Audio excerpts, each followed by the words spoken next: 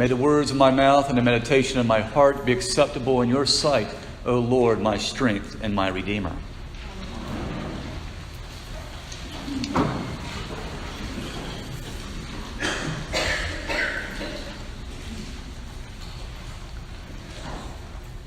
You know, there lives more faith in honest doubt, I believe, than in all the creeds. A lady is walking down the street to work and sees a parrot in a pet store. She stops to admire the bird, and the parrot says to her, "Hey, lady, you are ugly." I'm going to take you to a good place. Well, the lady is furious. She storms past the store to her work. But on the way home, she saw the same parrot in the window, and the parrot, upon seeing her, says, "Hey, lady, you're really ugly." She was incredibly ticked now. The next day, on the way to work, she saw the same parrot, and once again it said, "Hey, lady, you're really ugly." The lady was so furious that she stormed into the store and threatened to sue the store and have the bird killed. Right? The store manager apologized profusely and promised the bird would not say it again. The next day, when the lady walked past the store after work, the parrot said to her, "Hey, lady." She paused, scowled with an icy and deadly stare, and said with a hoarse voice, "Yes?" The bird, strutting back and forth on its perch and cocking its manners, said, "You know."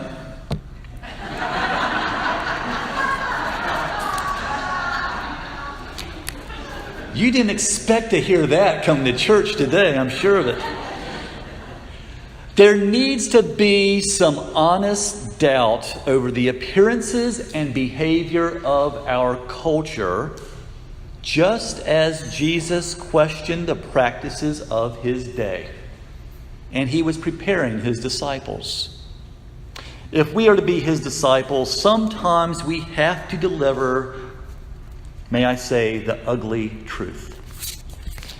Jesus, according to the evangelist St. Luke, positions the location in a very important manner.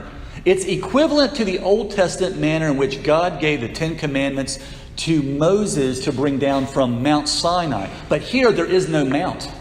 Luke says it happens on a plain, a flat place. And instead of those commandments, beatitudes. There is a fair proportion of that which we refer to as blessings and that which we refer to as woes.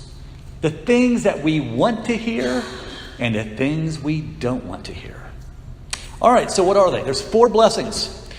Blessed are they who are poor. Blessed are they who are hungry. Blessed are they who weep. And blessed are they who hear people say ugly words about them. I paraphrase that last one.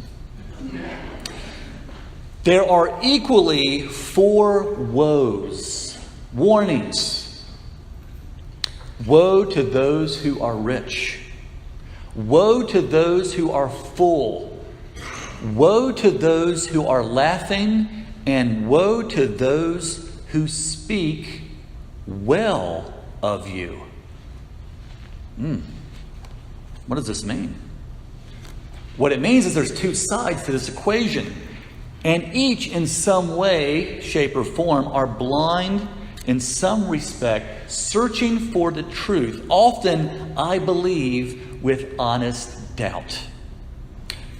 The English poet Alfred Lord Tennyson wrote, "There lives more faith in honest doubt, I believe, than in all the creeds."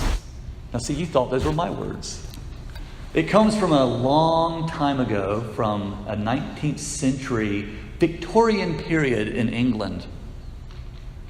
This is the time where Tennyson would say, quote, There was tense dialogue of faith and mortal combat with doubt. It was ugly. There is no doubt that believers in Jesus Christ fell into what I would refer to as a monochromatic parroting of the language of creeds. That is the jab that the English poet places in the middle of his poem. Once again, there lives more faith and honest doubt, I believe, than in all the creeds. Many in Tennyson's day, well, they were not much different. There were many people that were puffed up.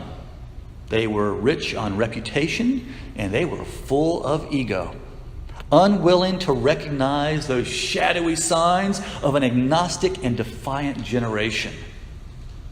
Many times, we agree to follow Christ if he provides us with the riches of food and clothing and shelter, and maybe for some, maybe for many, the need for acceptance and approval. You know, we yearn to be accepted by those around us, right? Isn't that natural? But throughout our readings, we hear, happy are they who have not walked in the counsel of the wicked, nor lingered in the way of sinners. So what is the ugly truth to those who pass the storefront of the church window of today? It comes right back to the creed. It's not just saying it like a parrot, it's that we believe in it. For if we believe in one God, the Father Almighty, we are able to speak the ugly truth to the pluralism and the polytheism of our day. If we believe in one Lord, the only Son of God, are we able to proclaim his power over death and his incredible resurrection?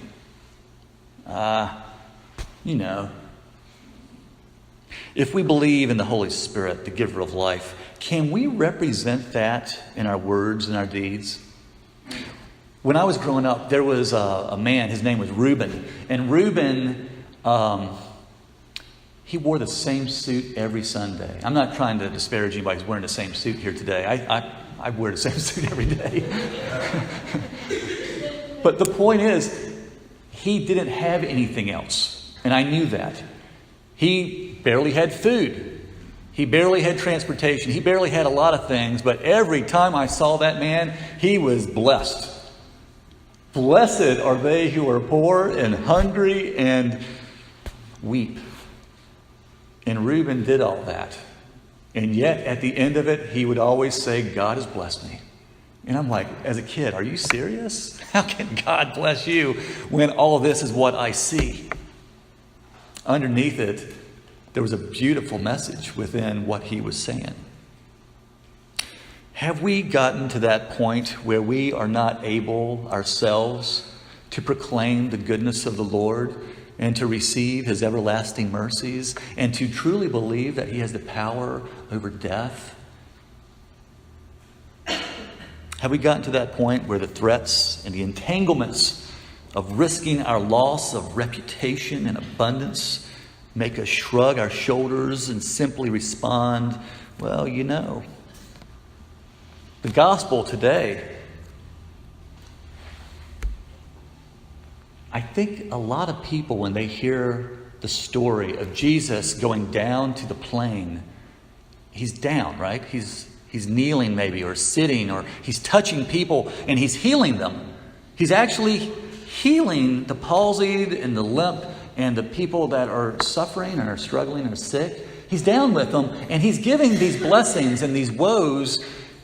And easily we want to think that he is giving the message to these poor people. He's not. Read further. He looks up and he speaks to his disciples. The message, the one that we hear today, is for Jesus knowing what lies ahead for his disciples. And he's warning them. He's saying, look, you're going to have to confront this. Blessed are they who are poor and hungry and who weep. There's strength that's in that. And you best be prepared, because when you go out there, it's kind of ugly. We are who God called us to be. We are his disciples. And he calls us to go out into our communities and to be able to share this good news. And don't be afraid of an honest doubt. Because it's within the honest doubt is that we struggle with God and we struggle with man. But throughout the readings, it definitely tells you you're to lean more upon trusting in God, more so than with each other. That is the first commandment, right? To love the Lord our God with all of our heart, mind, and soul. Maybe the two are attached in a way to where you can't follow the second one if you don't adhere to the first. That is what God calls us to do. And I know I get the same feeling sometimes when we get to the creed here shortly after I sit down and take a brief silence. You wonder, are we just parroting? Are we just saying the words?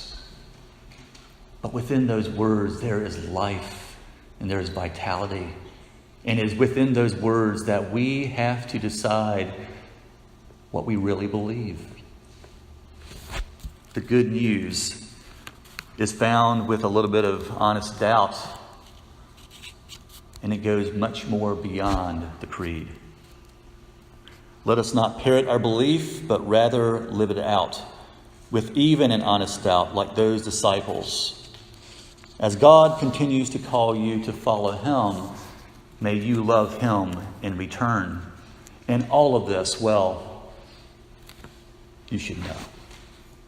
In the name of the Father, and the Son, and the Holy Spirit.